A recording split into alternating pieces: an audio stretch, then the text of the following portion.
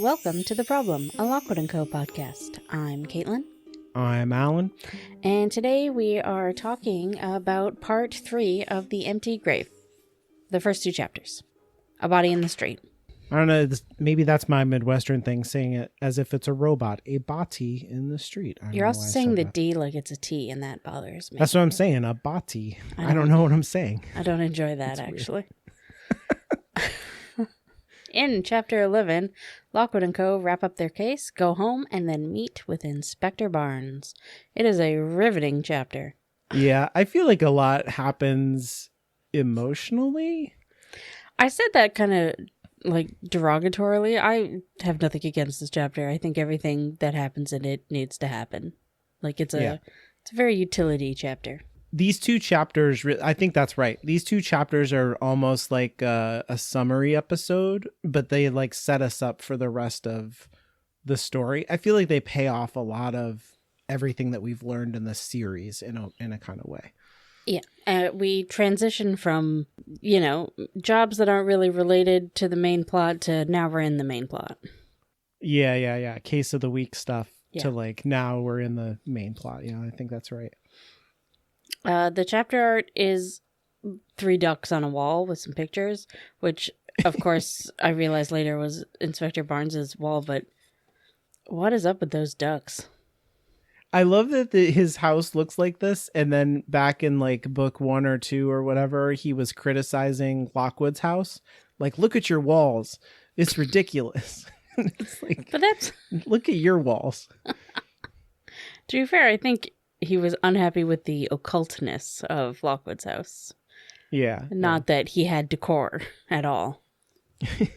So yes, we wrap up the theater case. Oh yeah. La Belle Dame Sans Merci. Yes. Should we talk about the fact that you found out that it's a Keats poem and all that stuff? Well, we forgot, I guess, because I must have known about those paintings called that and... Yeah, I feel like I've run across it and other stuff. And the Keats poem, we just whatever. Feel kind of stupid now, but I feel this way all the time. I think this is part of like one of my biggest weakness, I would say, is that like I went to college. I went to college for 5 years. You'd think I'd have a degree, but I don't. And like I'm self-taught. I'm like an autodidact, and I just kind of follow my yin for whatever like I'm interested in, and it just goes from one thing to the other. But either I forget stuff, or I just have weird blind spots where like, and I think Keats is kind of he's wrote a poem that has the same name, La Belle Dame Sans Merci, and it's basically about the same idea, a kind of, she's not like a ghost, but a kind of supernatural woman that has like a siren's effect on men and leads them into a death. She doesn't murder them. It just seems like they kind of go into some kind of ennui and then expire. Mm-hmm. I'm not into Keats. And so it's just a blind spot for me. So it's funny because like on all these podcasts, I'll like pontificate about all these like seemingly intellectual things as if I'm an intellectual person. But I'm just like, these are just stuff that I'm interested in. And that's the only stuff that I know about. So yeah, I have these huge blind spots. I went to college for technical theater. Mm-hmm. And we did have to take some theater history. And I had to take 1 English class outside of the theater program. That's my college level. What am I trying to say? Like we had to read some old plays and stuff in theater history and that sort of thing. And learn about how theaters have evolved over 1,000 years or whatever. I'm making it sound boring. I actually quite liked it. Yeah, of course, naturally. That's like, because you chose to do it. So yeah. You would hope. Well, I meant specifically the history. It was interesting. I don't know why. I feel like I'm the right type of person to go get an English degree, but instead I had tests on what kind of nails these are. Looking back on it, it was a very strange choice for me. But I had a good time, so. Yeah, it just wasn't the thing for us. But I think it is significant to say that like the title is the same. And so like I was making this claim that like Sans Merci is like a joke, like about thank you or thanks, the informal thank you, merci.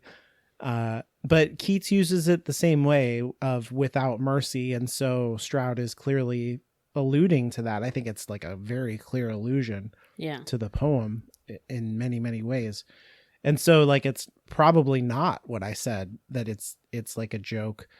But I like that. So one of the things that I think about like reading criticism and stuff is that I think that my reading was valid. Not because like I made that reading, but because like I had all of these reasons and I sincerely meant it. And so like, even though it was uninformed by the illusion that was being made, I don't think that it was wrong, if that makes sense. I mean, we're going in depth on interpreting children's books. A children's book, yeah. And anytime you go in depth on things, there's always interpretation because, I mean, it's what I don't know if anybody noticed, but we are not Jonathan Stroud. Neither of us. Well, even if we were, I guess what I mean, like the story is not complete without the audience, and like I complete it. Yeah, and even if my interpretation is like wonky compared to what the author intends, I still think it's valid, even if it's like quote unquote wrong or missing the illusion or whatever. So I never want to, like, anybody who's listening to us would be like, well, Alan thinks that the story is this way and it can't be any other way. I believe it can be every other way. Like whatever you get out of the story is real and valid. Even though I think that was like, I missed the illusion, I don't think that I was wrong to be like, oh, this theater troupe is kind of tatty and there's like a joke hidden in the name here, because that's kind of true. I think I made this joke to you that when you sent this to me and I was like, well, what does Keats know? He's just an Englishman. Like, yeah. I'm a podcaster. He's a poetry legend. Like, but what do I know? Like, I've just kind of proven I don't know anything. So I don't know. I don't know if all of this is worth you talking about, but I felt like we should acknowledge it. Oh, I don't. Yeah, no, I think we needed to bring it up just in case somebody was out there screaming at us the last 2 episodes. Sure. Because as a avid listener of podcasts, sometimes you're alone in a room, or, even worse, like walking out in public, listening to a podcast, wanting to scream at them about how wrong they are. Yeah. The best thing about recording these in advance is that we might be getting letters and everything by the time this comes out, but we have no idea because we haven't gotten. We have not released those episodes yet. So right. So. Oh well. I guess if people tweet and or email us, we'll just have to be like, just wait. Yeah, we'll get we know. There. We figure it out. But yeah, so we do get back to like wrapping up the whole La Belle Dame Sans Merci. Yes. Worth noting that the lady at fault for this, Sarah, whatever the heck her last name, is also a woman who is luring men to their deaths. Oh, true. I didn't really think, but yeah, Sarah Parkins is her name. Parkins, yeah. Yeah. I didn't think about it that way, but that's true. Yeah, so the real beautiful, well, I don't know if she's beautiful, woman without mercy is Sarah here, who literally not beautiful enough. Yeah. Who not as beautiful as the Russian thighs. I did also underline that.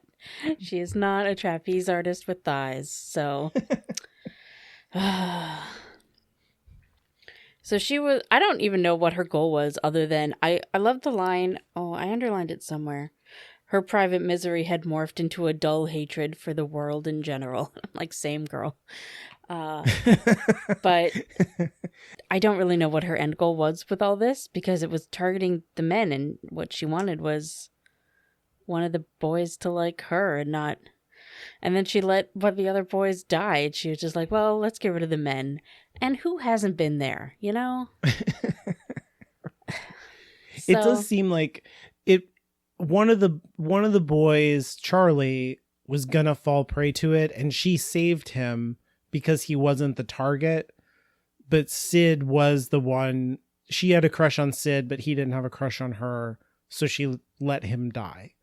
So that seems to be what happened. But then they're like, well, once you killed the person that you wanted to kill, why didn't you like put it back in the iron box and cover up the evidence? Yeah. And she's like, I don't know. I just started hating people, I guess. I don't know. Yeah, that's what it would happen to me. I'd be like, oh, I can kill everyone? Right. No consequences? This is why I've always loved Death Note, you know? Like, Oh, man. I've Yeah. said it once, I've said it a million times. Light Yagami did nothing wrong. If people had just left him alone, he would have taken out all the billionaires, all the corrupt leaders.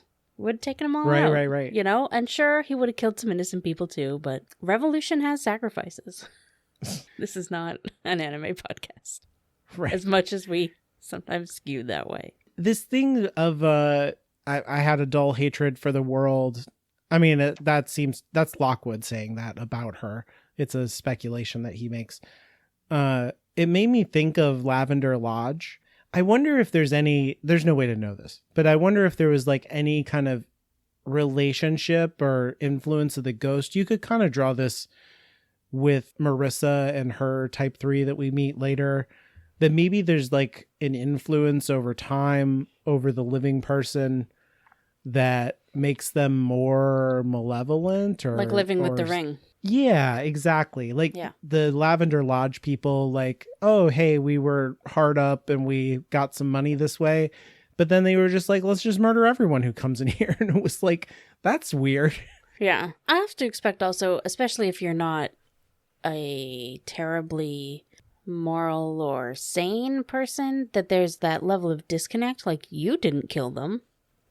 Right. Yeah. You know, yeah. The ghost did it. Yeah. The ghost did it. She says that she didn't have the opportunity to make it safe again, but it seems like it wouldn't have been that hard since she was in charge of the props and stuff to just be like, this is a prop and I'm putting it in this box. Yeah. I doubt it. Even if people saw her just moving it around, I doubt anybody would have questioned her. Right.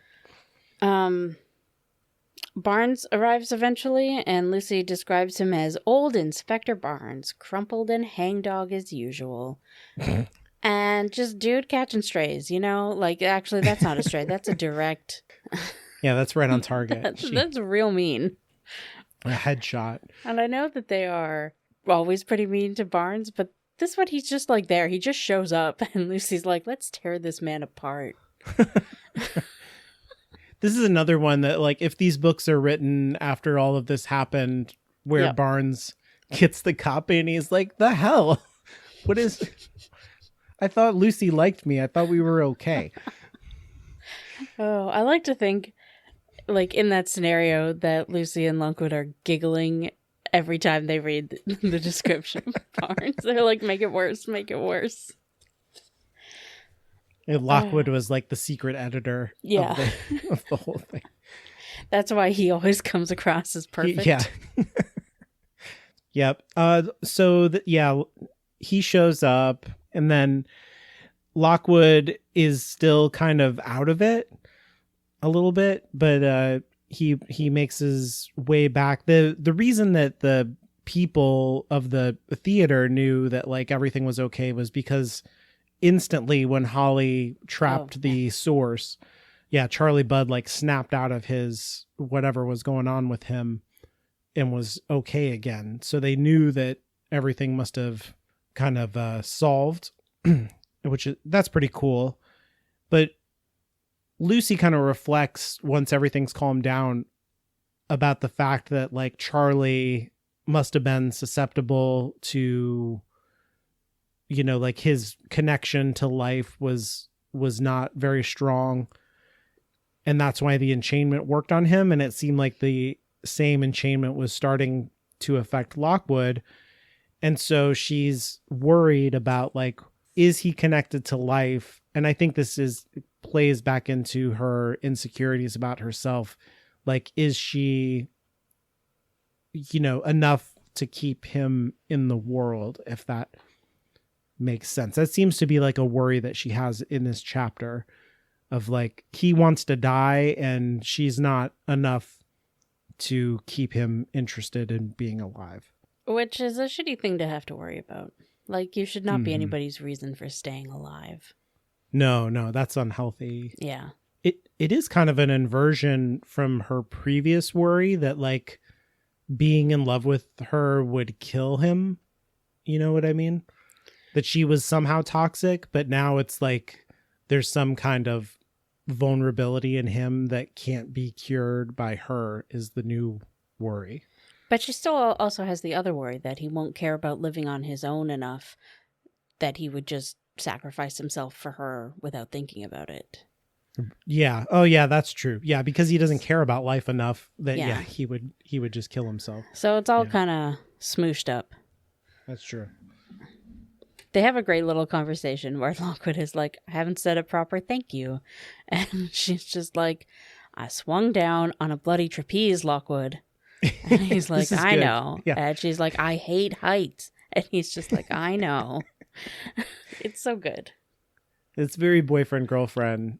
Do you understand what I did for you? And he's like, yes, I'm sorry. And just before that, when just after Barnes first arrives and Lockwood and George and Kipps are doing things with him and blah, blah, blah, Holly decided to stay with Lucy because she could tell that Lucy was still feeling out of sorts. And I just like that little friendship moment.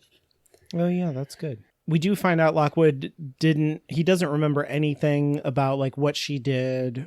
So he says. All of his information is like secondhand. So he says. So he says. So you don't believe that? Interesting. No, if the ghost made herself look like Lucy and was beckoning him in whatever way Lockwood imagines Lucy would, he's not going to tell Lucy that. It's true. Yeah, he's very reticent. That's something I really noticed here. I mean, he's always that way. There's a moment here that I noted where it says Lockwood pulled up his collar against the chill. He wasn't very good with direct questions. I don't really remember anything. So like she is really like fully emotionally disclosing everything to him all the time. This is why I think you're right to say like it feels very much like they're in a relationship in this book. Mm-hmm. But he's still like removed. He's not really telling her everything that's going on inside. Yeah, I think that you're right that he saw her in the ghost and that meant something and he's not talking about it. Yeah. I mean, he never talks about it, even at the end. He just explains a necklace and then hopes that gets it across. Right. Yeah. It's a very man thing to be like this, I guess. And teenager. Yeah. They are kids. That's true. He does say that, like, I saved you, you saved me. Like, we're wrapped up in all this together. And so I feel safe, which is nice, but it is not healthy, like we're saying. He tries to make it sort of seem healthy, though. Like, he's not saying, like, I rely on you to keep me alive and only you. He's just saying we're there for each other. Yeah. And there is a difference. It's true. I think that he's right about this. And I talked about it before, how I think Lucy is not fully Lucy without Lockwood and George and Holly and Skull. And the same thing for all of those characters. Like, they need each other to be who they are. So I think this is true. But it is also like, you need to talk about your feelings, Lockwood, is another truth at the same time. Yeah. So then when everything's wrapped up, they head back to Portland Row, and Lucy decides to talk to her best friend about her boy troubles. Right. Yeah. Her best friend, Skull. Yeah. Yeah. She pulls him out, and it's just like, I need to talk about Lockwood. And Skull's like, oh. And he was like, ranting at her about how she let another ghost touch his jar and how she has to be more careful. But immediately he's like, wait, I'm into this. Let's talk about Lockwood. He says, it's such a best I love friend him like thing, a brother. too. It's true. He's like, me, I love him like a brother. Yeah. Which is... This reminded me, like, what you were saying before of, like, when your friend gets back together with their ex that maybe you don't like, and then you're like, oh my God. And this has that energy to it, where you're like, okay, tell me what's going on. Yeah, it's so good. I love this whole conversation between the two of them. She can't say, I feel like he's suicidal, or Yeah. I feel like he's mentally ill. She can't say that. Skull has an almost weaponized psychological summary of Lockwood that's given in a very like ironic, offhanded way that I love. It's really good. He says, aside from his recklessness, his deep-rooted feelings of personal loss, his mild self-absorption, his obsession with his family, and his obvious death wish, I couldn't tell you anything about him. You and me were just as clueless as each other. Yeah, he's great. And That's then an all-timer. Is so good. Lucy's like, he doesn't have a death wish, which is like, even she does not believe that. Like, whatever. You could read this in the books and feel like this comes out of nowhere in the 5th book. But, you know, in reading the whole series, being informed from the show, I think you can see it even in the 1st book. Yeah, they call him reckless all the time. Yeah. And people are usually reckless for a reason. It's not just like heroic bravery. It's either they believe they can't die or they don't care if they do. He's got nothing to live for, so he can throw himself into it. He also points out to her that they had been on the other side and that this might be affecting Lockwood in a really material way. I like when fantasy does this kind of stuff, right? Like where there's a material consequence for this supernatural, symbolic kind of stuff. And that it also is part of what made Lucy vulnerable to LaBelle. And so that's maybe more of the reason why she was targeted than anything else. Yeah, I like that too, because the targeting of Lucy, like, Lucy theorizes it's because she was thinking about her sisters, though she was also thinking about Lockwood's impending doom. But then saying that, no, it's just because you have that strong connection to death. You've literally been there. Ghosts are even more drawn to you than they ever were. It's also a little bit scary, right? Because like it's already so dangerous. And then to find out, oh, it might be even more dangerous for you personally because of what happened. But also, I wonder if it's comforting for her to think maybe some of Lockwood's death wish comes from the physicalness of it and not the emotionalness. Like, I don't know if that's true of Lockwood, but she could trick herself into thinking it. It also offers an explanation for like what I just said could be a complaint in this book, that you're like, why is this such a thing now when it wasn't before? Right. Yeah. It's because he went to the other side and now he's like even more affected than he was in the previous books. So I think all of that's really good, that the world building is like in lockstep with the emotional story that's unfolding with the characters. That's really good fantasy. That's how you want to that's how you want to do it. There is also a moment here, Skull, I mean, just being her inner voice, really confronting her with the truth that she doesn't want to see. She's like, I should have known better than to talk to you. Lockwood's got plenty to live for. And then Skull's face looks at her and he's like, has he? What would that be, I wonder? Give it a name. And then he makes the jar go opaque. Reflective. Yeah. Yeah. So she's looking at her own face and he's like, care to comment? And so like, this is what I was saying, that Lucy is afraid that she is not enough for Lockwood to live for. I also think she has a bit of that, like she is also a teenager, not necessarily who doesn't find it easy to admit her feelings. Yeah. Right. So having it literally shoved in her face there was maybe a bit much. Oh, it's very cruel. Yeah. Yeah. But it's that, it's the dark side that throws the mean things in your face, that voice in your head that some of us have that says the mean things to you that are true, but like hurt. Or it could also just, it's very like having a good conversation with your best friend who's like, no, I do know that you're in love with him. I have seen you in the same room. You are not a good actor. Like maybe you should just admit this to yourself. And then the person gets angry and leaves. Right. It would be like, and are you responsible for keeping him out of jail? Like, is that your job? Skull is saying that a little bit. I don't think that she should have to be enough for him to stay alive. But Lockwood's lost a lot and, he carries a lot of grief. But she can't be the answer to that. I will also but say, she doesn't know any other answer. We're kind of running into a problem that a lot of, some children's books have, where we're interpreting this from an adult point of view.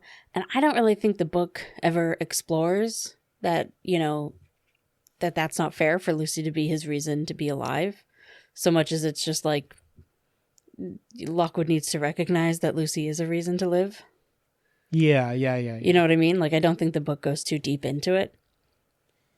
I think in emotions too, it really doesn't matter what's fair or not. It just matters what's true. Yeah, and you just have to confront truth. That's the most important thing emotionally. This is a truth that I think she has to reckon with, that she might not be enough. Like, even though they care about each other, she's not the answer to his problems. Yeah. But then she storms off because she doesn't like the skull having truth. Yeah, I gotta get out of here. Leaves him behind and goes to the library to join Lockwood and George. Isn't it like it's summertime, right? At the beginning of the book, they were like, it's the summer of horror. I feel like it's the end of the summer. Okay, because they have a fire going, and I was like, wow, is that, wouldn't it be terrible? But maybe not. I don't know what England is like. She says it's chilly in there, so it's fine, but... Yeah, I have been to London in July when it's been raining. I also, oh my gosh, we went camping kind of near Brighton, and it would be like 30 degrees Celsius during the day and very hot, and then be 5 degrees, which is near freezing, at night. Oh, okay. Which really messed me up that first night. I didn't sleep. I was so cold because I didn't imagine that it would get that cold. It doesn't matter. I mean, a fire in the library sounds cozy, and it's a nice little cozy scene. Yeah. Lockwood's reading the newspaper, and George is like fiddling with the stuff that he got from Flo, I believe. Yep. Lockwood has a bunch of news from the newspaper. Number one being Bunchurch is dead. Oh no! I had completely forgotten that he died. Yeah. Like, who knew? Foolish little Adam Bunchurch was going to be such a symbol for the revolution that he literally gave his life for it. It's true. Right? It's true.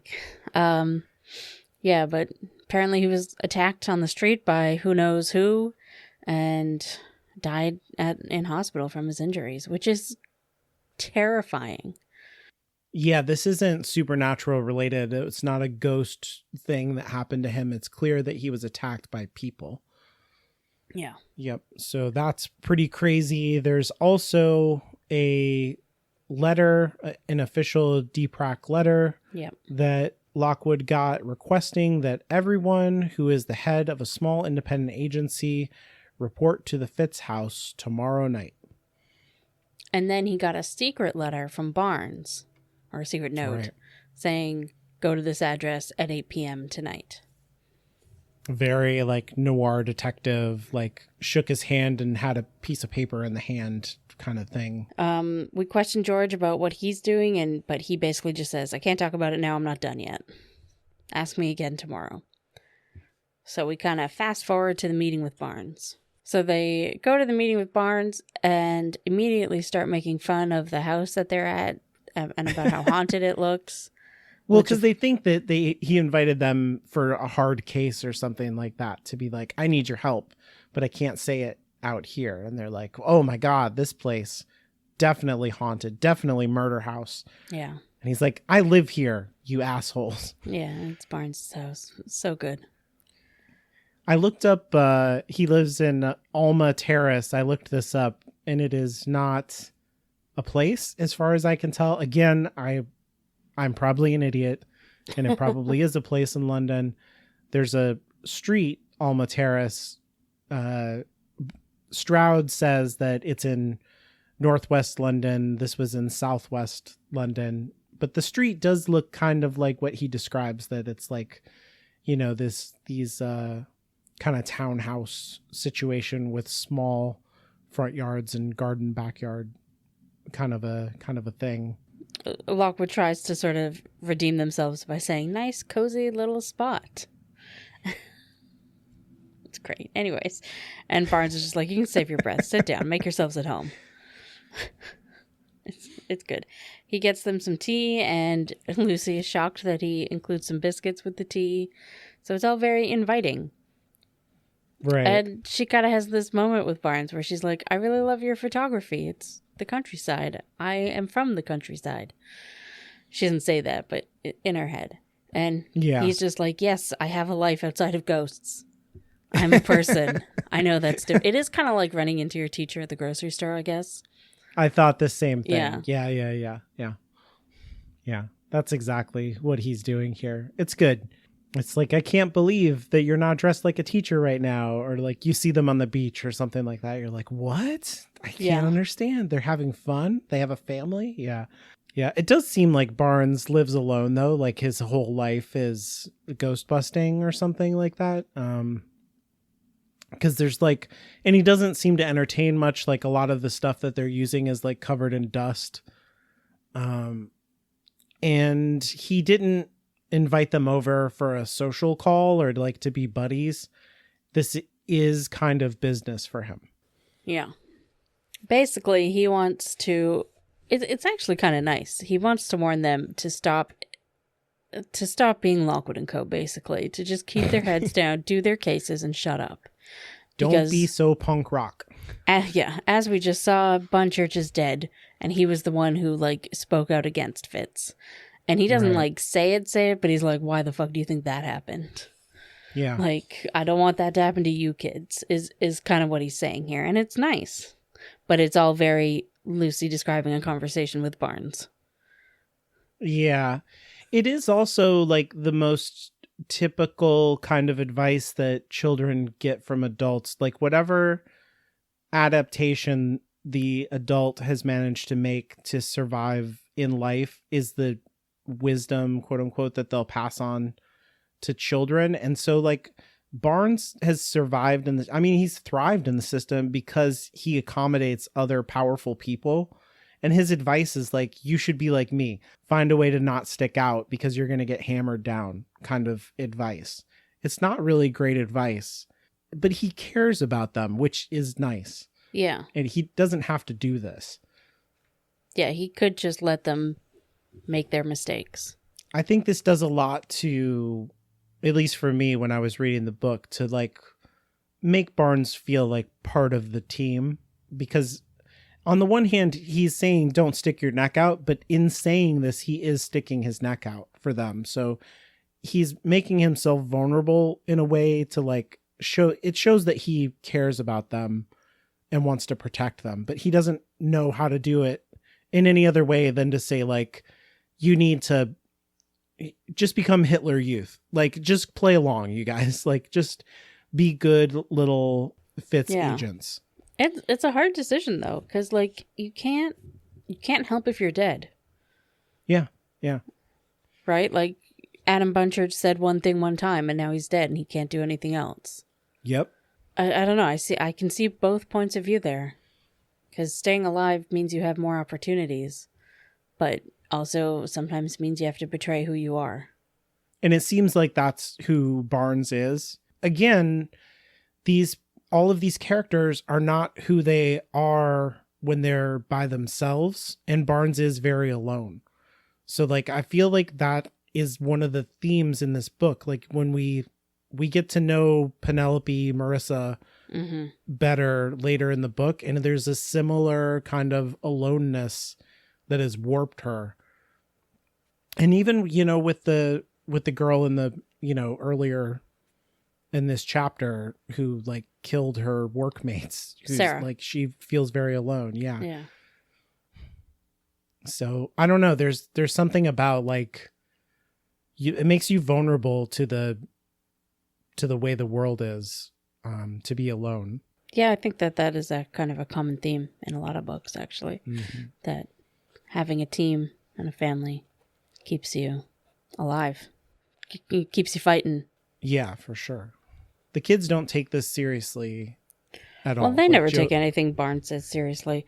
Right. But I also do think that Barnes is... There's no stopping George. Like it's not even Lockwood and Lucy that are the problem. It's true. There's no stopping George when he wants to find something out. Yeah. But that is chapter 11. In chapter 12, George presents his research to the rest of the team, even including Skull. Yay, Skull, part of the team.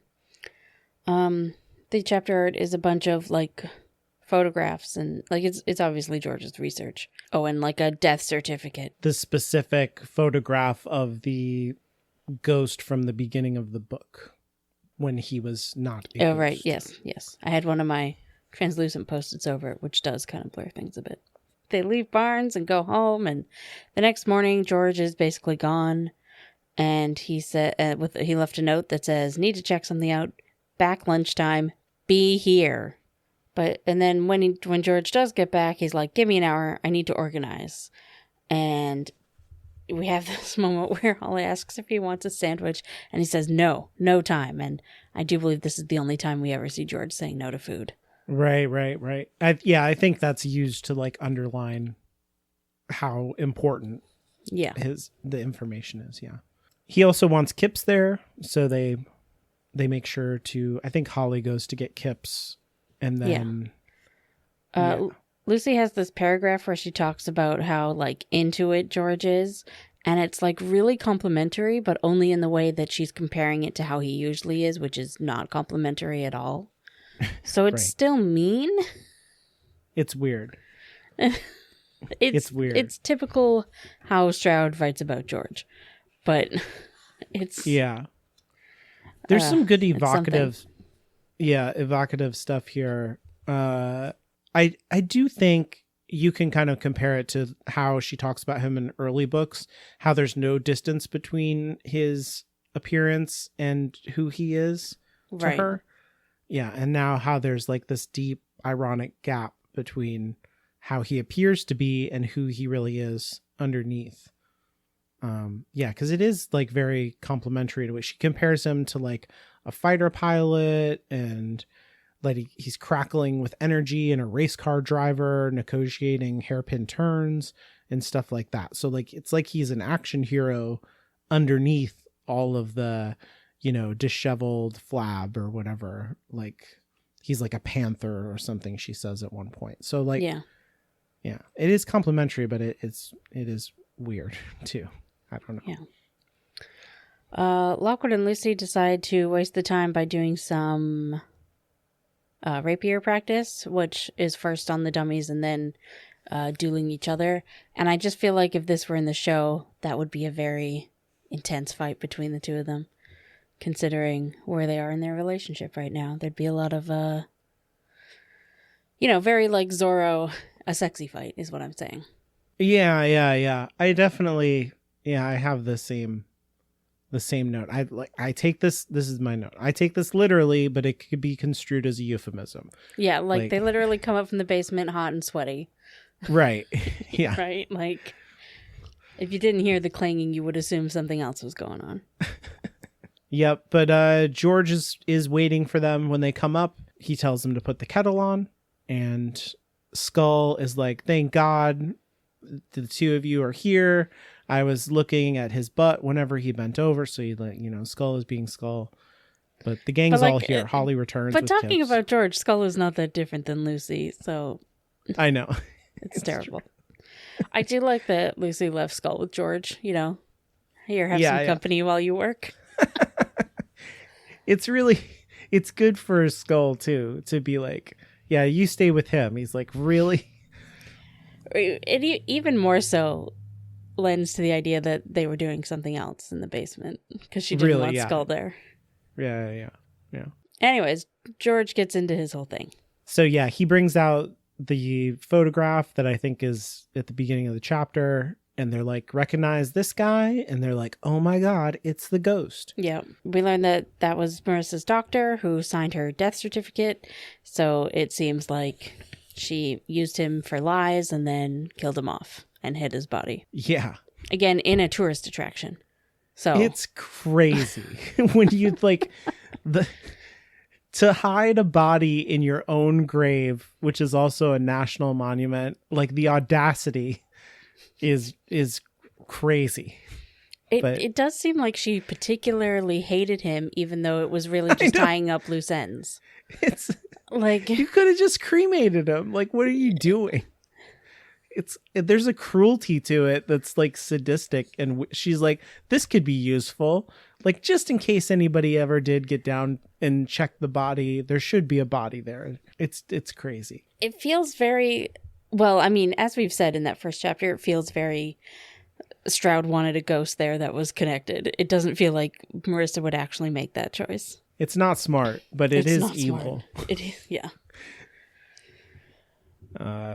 Yeah, so they figure out who this guy is, which is really impressive. Like, if you think about, George figuring this out, I'm pretty impressed that he's able to track down this information.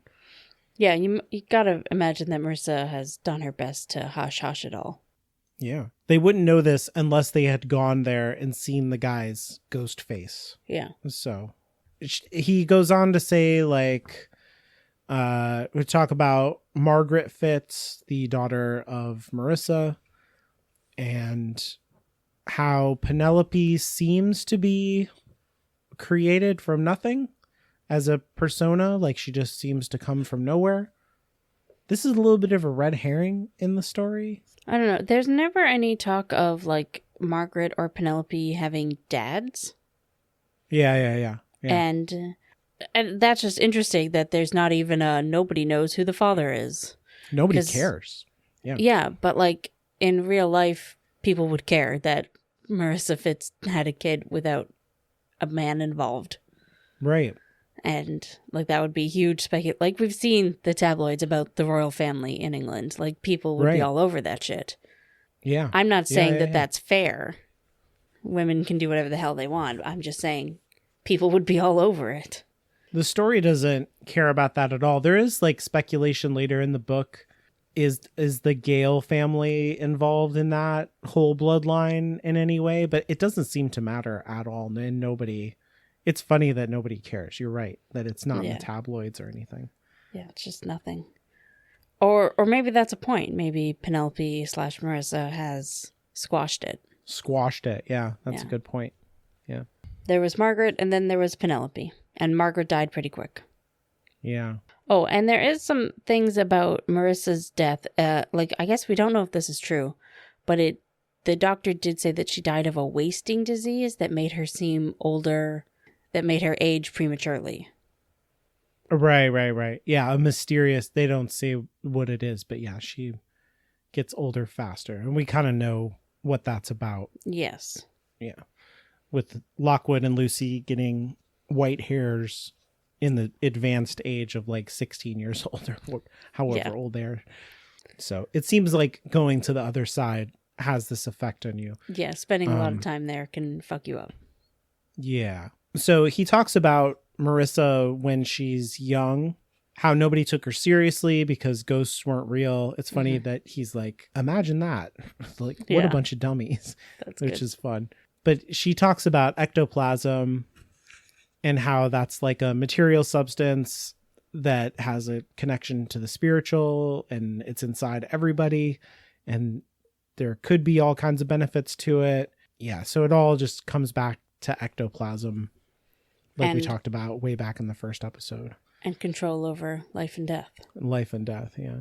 She had a real passion and interest when she was young about the real benefits that this could give, but we'll find out later that it all gets twisted. So then George is sort of about to start another theory, and Kip says, pass me a pillow. This is going to take hours.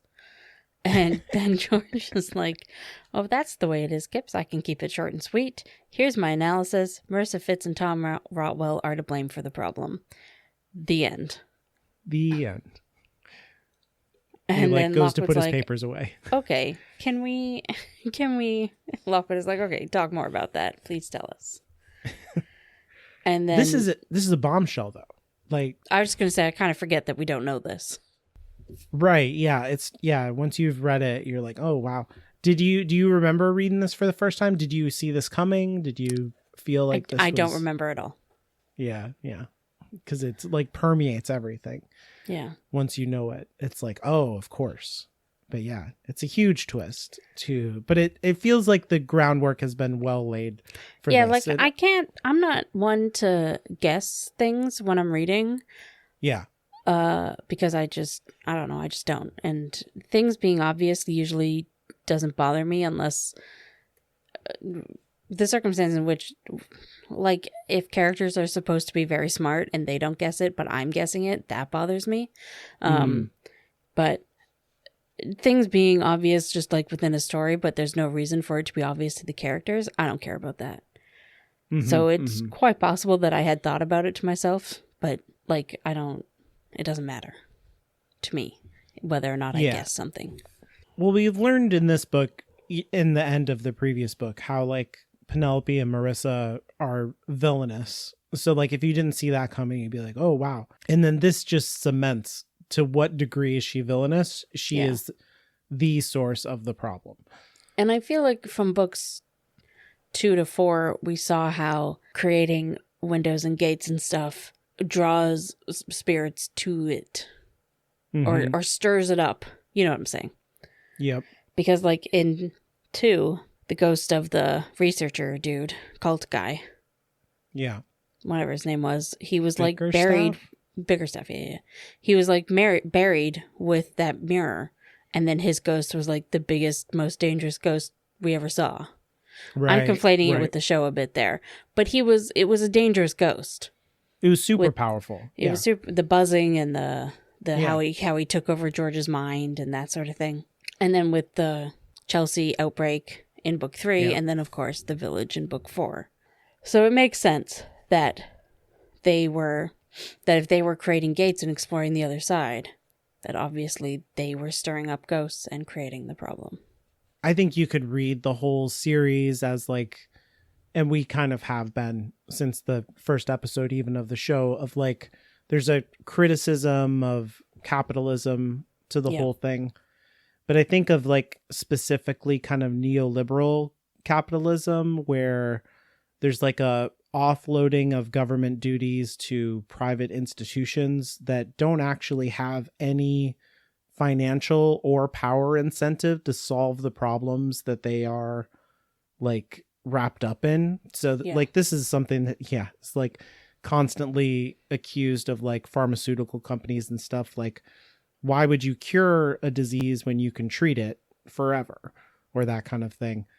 And this is literally true in the story, that like she's causing the problem, perpetuating the problem in order to profit from it financially and like in a power or social kind of profiting way too. And in a personal, immortal way. Yeah, we'll find that out later. Like there's even, more. Well, and I think that's like the taproot reason, really. Yeah, I guess. But even here, like we know that Penelope is Marissa, so right. She's 60 years on. Yeah. In a fountain of youth kind of way. Yeah. So I think it is kind of criticizing that whole, or it fits into that kind of worldview, that there are institutions out there that are supposed to be protecting the public good that have been entrusted by the government to do so are actually like the thing causing the problems they're supposed to solve. And paying off the government. Yeah. Or straight up controlling it, which is what's happening in this story. So, or this point in the story. So we got a little sidetracked there on criticizing society, but as per usual. But yeah, so George pretty much figures that Marissa and Tom Rotwell, all those years ago, before the problem started, were crossing over to the other side and creating gates, and that started the problem. And he says how if you track it, the problem sort of follows them throughout their travels in England. Like they don't go to where the ghosts are to help. They go somewhere and the ghosts come after them. When you cross over to the other side, it stirs up the ghosts. Yeah. So we know that that's a thing that happens, and it seems to be, I mean, I think George has put the pieces together perfectly. It really feels like through this whole part that we're summarizing a lot of the information that we've gotten from all the other books and kind of paying it off. Yeah. Like you understand all these concepts. Here's how they come together. And it feels like, whoa, it's like mind blowing to pay off this big twist, and really sets us up for like the rest of the book and the other revelations that will happen. It gives a good energy to the book to be like, whoa, this is crazy. And now we're going to go into the rest. It is very good at bringing all the books together here and then setting you up for like the big climactic ending. Mm-hmm. So yeah, we also learned that despite working together at the beginning, Marissa and Tom had a falling out at some point, and that's what led to them creating two different agencies. Then we talk about how would have Marissa even learned about all these things? And then George is like, well, she's a listener, one of the two best that there are. And Aww. Looks at Lucy. And she's just like, what's that supposed to mean? I don't go waltzing off to the other side, which is hilarious because she literally did. Which right. George points out, he's like, you have been there. I think there's also like throughout the series, there's been hints of this, that when we talked about this, that she loses time sometimes when she tunes into the other ghosts too. And so that's not exactly crossing over, but it does seem like she's in some kind of liminal relationship with the other side, even without crossing over. So it does seem easier for her than it would for, like, say, Lockwood.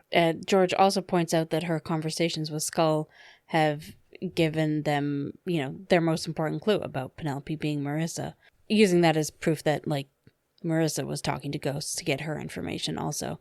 But this, of course, has Skull point out, like, hey, we're a team, we're an item, everybody knows it. Right. Which, of course, ends up with Lucy and Skull arguing, which I always love to picture from the rest of the people's point of view, because it's just Lucy yelling at a jar. It's really evident in this part. He does a good job of like highlighting how everybody looks at her like she's a weirdo, and she's like, don't worry, it's the Skull.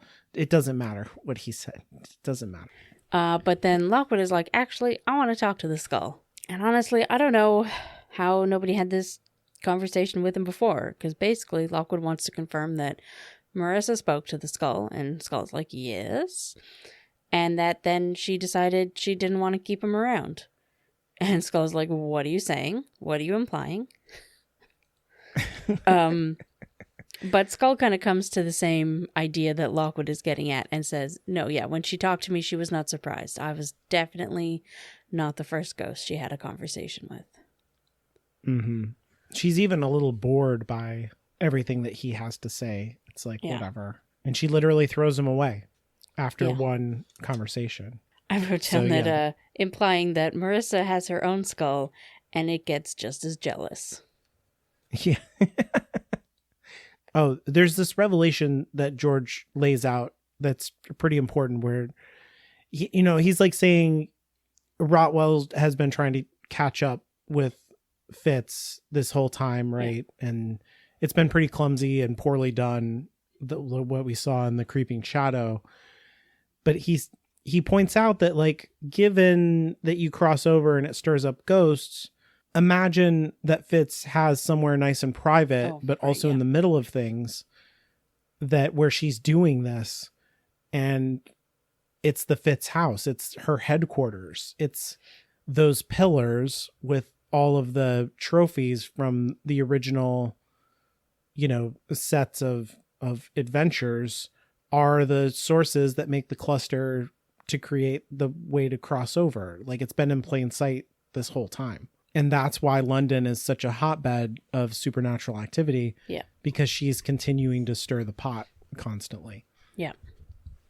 Fitz house is in, like, the center of London, basically. But somehow she's, like, containing it. Like, they don't get that cluster. They've been there before. They don't get that cluster buzzing feeling from the place. She's perfected, however, to cross over and to hide it and stuff. Yeah. So there's the Fitz house is more than just the, like, center of ghost busting. It's the center of, like, causing the problem itself. So it's crazy. So it is both the problem and the solution, which is really good when you're, like, a business. That's what you want to do. Yeah. Like, once they point that out, like, it all makes sense and everything and seems like grand and sinister, and you get like this kind of, or at least I do, this thrilling feeling of adventure of like, wow, this cool villain, blah, blah, blah. But I think Lucy, and I guess Stroud ultimately, brings it right down to earth in a meaningful, good way for me, where Lucy takes this moment to look out into the backyard, or what I think of as a backyard. They call it a garden in England, I guess. At the apple tree that's back there, and how Lockwood saw his dead parents' ghosts beneath it, and how the people who pay the price for all of this stuff that Marissa is up to are like kids like Lockwood. Like, this ruined his life, and the most vulnerable people always pay the price for the most powerful people doing what they do. Right. And the story like acknowledges that immediately in a way that I really appreciate. And it's like the core of the emotional story, I think, how much these kids have suffered because of like the exploitation and power mongering of the adults. Yeah, because one of them is afraid to die. Yeah. Yep. Or maybe not afraid, but like realizes that she doesn't have to, so why would she? Mm-hmm. I also like that bit because it has like a bit of that surveillance fear. Because before they started this conversation, they talk about how they locked themselves in the room, they closed all the curtains, blah, blah, blah, blah. And Lucy is just like, I gotta look outside to make sure no one's there, even though it's their back garden, as you said, which I do believe is like enclosed. I think that's right. And it's private, but she's still, that's what sort of leads her to look outside. It's that feeling of being watched. Yeah. Because they just kind of came to the big realization. Right. Yeah. I mean, Barnes just said this to them that like, don't do this stuff. And that they're doing it right away of like, so we just blew the lid off the problem, like, and who is in charge of the whole thing and blah, blah, blah, blah. So this would be something you would get killed for. Oh, like 100%. What George has discovered. Yeah. It's almost like this part is called what is it called? A body in the street. Right. Yeah. That's clearly about Adam Bunchurch, and that's it. Clearly. That's not a foreshadowing anything. At all. No. Speaking of foreshadowing, the chapter comes to a close with Lockwood saying, George, you've worked wonders. I don't know what we'd do without you. No. Yeah, you're right. Which really seems like, why would you even say that? Why would you jinx it that way? What are you thinking, Lockwood? What are you thinking? So George does lay out all this information, but he hasn't quite solved the problem yet, because he's like, I think all of this is true, but I don't understand the motivation for why. So we haven't gotten to that deeper thing that we're talking about, like living forever and all of that stuff. Like, so that puzzle piece is not in place, and George knows the book that he needs that might solve the question for him, called Occult Theories. And that's his next step, is to go find that. Right. So there's one in the Black Library that we've been in before.